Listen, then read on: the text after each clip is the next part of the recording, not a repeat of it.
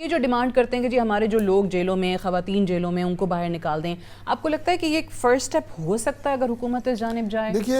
بالکل ہو سکتا ہے، اور اس میں کوئی آر نہیں ہے کہ اگر ہم بیٹھ کے بات کریں معاملات کو آگے بڑھانے کی اور سلجھانے کی بات کریں. وہ جب بھی آپ یہ کہیں کہ میں تو اسے سیز فائر کہہ لیتے ہیں چلیں آسانی کے لیے، ورنہ پولیٹیکل پارٹیز میں تو کوئی ایسی فائرنگ تو نہیں ہے، لیکن آپ یہ کہیں کہ مکالمہ بازی اور جو جنگ و جدل کی کیفیت پاکستان تحریک انصاف نے برپا کی ہوئی ہے، اس کے لیے میں یہ کہہ رہا ہوں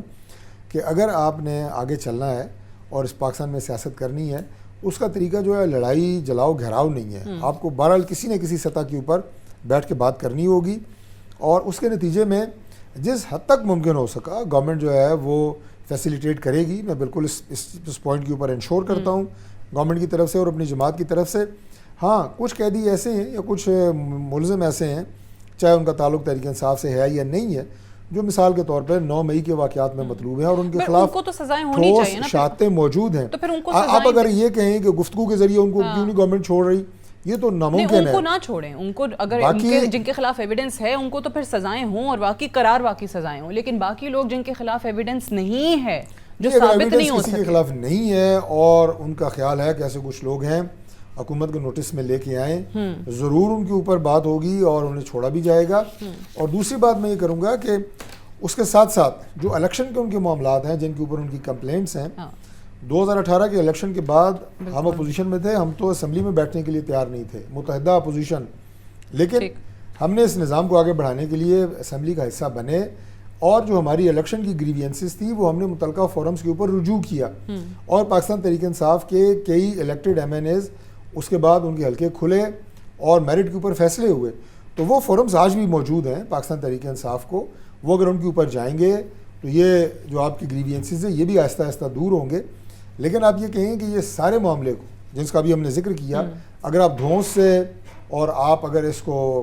آپ یہ کہیں کہ صرف احتجاج سے اور شور مچانے سے حل کریں گے تو یہ ممکن نہیں ہے. اس کے لیے آپ کو کوئی نہ کوئی راستہ نکالنا پڑے گا. اچھا، سیاسی طور پہ انتخابات کے بعد اپنی جماعت کی پوزیشن کس طریقے سے دیکھتے ہیں؟ کیونکہ ایک طرف ہم دیکھتے ہیں کہ بہت بڑے نام جو ہیں آپ کی جماعت کے وہ ہارے بھی، اور پھر آج یہ خبر چل رہی تھی کہ انہوں نے ضمنی انتخابات میں بھی حصہ نہ لینے کا فیصلہ کیا. مثال کے طور پہ خواجہ سعد رفیق صاحب نے انکار کر دیا ہے، میاں جاوید لطیف صاحب نے انکار کر دیا ہے. سو اس کی کیا وجہ ہے؟ کیا سسٹم پہ ان کا بھی ٹرسٹ نہیں رہا؟ کیا ہوا ہے؟ دیکھیے بات یہ ہے کہ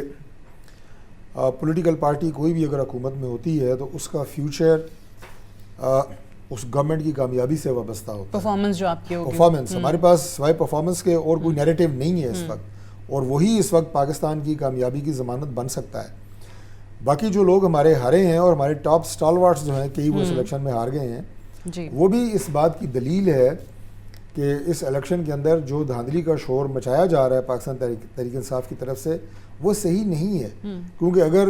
کسی مینجڈ پروگرام کے تحت جیتنا ہوتا تو سب سے پہلے ہمارے ٹاپ اسٹالورٹ جیتتے، اور یہی الیکشن کمیشن کے پی میں بھی الیکشن کراتا ہے، وہاں پہ پاکستان تحریک انصاف کو کوئی اعتراض نہیں ہے، سندھ میں کوئی اعتراض نہیں ہے، بلوچستان میں کوئی اعتراض نہیں ہے، لے دے کے سارا ان کا نزلہ جو ہے وہ پنجاب پہ گرتا ہے. تو ایک تو یہ بھی میں ضمناً ایک بات آپ سے کی. دوسری بات یہ ہے جی کہ یہ ان تمام ہمارے جو اکابرین ہیں، سینئر لیڈرز ہیں، ان کا اپنا ذاتی فیصلہ ہے کہ کیا وہ کسی دوسرے حلقے سے الیکٹ ہونا پسند کریں گے. میں آپ کو اپنی بات بتاؤں کہ اگر میں اپنے حلقے سے الیکشن نہ جیت سکوں اور مجھے لاہور سے اگر آفر کیا جائے گا تو میرے لیے بھی یہ مشکل ہوگا کہ میں جا کے لاہور سے الیکشن لڑ کے وہاں سے منتخب ہو کے آؤں. کیونکہ یہ جو الیکشن لڑنے والے لوگ ہیں، فیلڈ کے پولیٹیشینز ہیں، ان کے لیے یہ بات کوئی بہت قابل قبول نہیں ہوتی کہ ہماری عوام یا ہمارا اپنا ایک حلقہ ہے، آپ کا اپنا ایک دھڑا ہے، آپ کی اپنی ایک پالیٹکس ہے، اور جن لوگوں کا اپنے نام لیے ہے یہ تو دہائیوں سے سیاست کر رہے ہیں، 30-40 سال پرانے ہمارے یہ لوگ ہیں. تو ان کا اپنے حلقے سے رہ جانا اور دوسرے حلقے سے جا کے جیتنا، میرا خیال ہے کہ انہوں نے اس کو گوارا نہیں کیا. باقی جماعت کے اندر میں ان سب سے ذاتی طور پہ ہمارے وہ بڑے ہیں، ملتا بھی ہوں، رابطے میں بھی ہیں، تو وہ جماعت کے اندر اپنا اور حکومت کے اندر بھی کوئی ذمہ داری اگر ان کو دی جائے گی تو یہ دونوں جگہ کے اوپر انشاءاللہ اپنا ایک فعال کردار ادا کریں گے. ٹھیک، آپ کی جو ابھی کابینہ بنی ہے پی ایم ایل این کی، یہ اتنی ہی کابینہ ہے یا دوسرا مرحلہ سیکنڈ سٹیج جو موسٹلی ہوتا ہے تمام ہی حکومتوں کی طرف سے وہ بھی آ رہا ہے اور اس میں ہم آپ کو بھی پھر دیکھ رہے ہوں گے؟ دیکھیں فوری طور پہ تو جو بھی حکومت بنتی ہے ظاہر ہے پرائم منسٹر نے ایک کیبنٹ اناؤنس کرنی ہوتی ہے، وہ ہم نے کی فی الفور کی، اور اس میں یہ تھوڑا سا چیلنجنگ اس لیے بھی تھا کہ ہمارے ساتھ اتحادی جماعتیں ہیں، ان کی بھی نمائندگی پارلیمنٹ میں کیبنٹ میں آنی تھی، وہ بھی ہم نے کی، سب سے پہلے اس مرحلے میں مکمل کیا گیا، اور پھر ہم نے پوری کوشش کی کہ پاکستان پیپلز پارٹی کو بھی شامل کیا جائے، لیکن انہوں نے انکار کیا۔ اور ابھی آپ نے دیکھا ہوگا کہ ہماری بہت سارے وزراء ایسے ہیں جن کے پاس 2 بلکہ کچھ جگہ پہ تو 3 وزارتوں کے قلمدان ہیں، تو لہٰذا ایک دوسرا مرحلہ انشاءاللہ جلد آئے گا، اور اس میں جو ہماری باقی وزارتیں رہ گئی ہیں ان کے لیے مزید وزراء شامل کیے جائیں گے۔ چلیں، اور اس میں ہم آپ کو دیکھ رہے ہیں انشاءاللہ، کیونکہ پہلے اللہ مرحلے تعالیٰ میں تو ہم آپ کا بھی کرے نام تو سن رہے تھے اسلام آباد سے، قیادت کا فیصلہ ہے اور اللہ تعالیٰ کا فیصلہ ہے، جو بھی بہتر ہو انشاءاللہ۔ چلیں، اچھا لاسٹلی یہ جو میاں شہباز شریف صاحب نے اس دن وزیر اعظم صاحب نے ایک اور IMF کے پیکج کی بات کی ہے، کس طریقے سے انشور کریں گے کہ واقعی اگر یہ پیکج ایک اور معاہدے کی طرف آپ کو جانا بھی پڑتا ہے 2 سال 3 سال جس طریقے سے بھی وہ بیان کر رہے تھے، عوام کو ایٹ لیسٹ اس کا فائدہ ہو؟ دیکھیے، عوام کو فائدہ پہنچانا IMF کا پیکج ہو، گورنمنٹ کی دیگر پالیسیز ہوں، وہ ہماری اولین ترجیح ہے۔ آپ یہ کہیں کہ اگر معاشرے کے کسی ایک خاص سیگمنٹ کو فائدہ پہنچ رہا ہو اور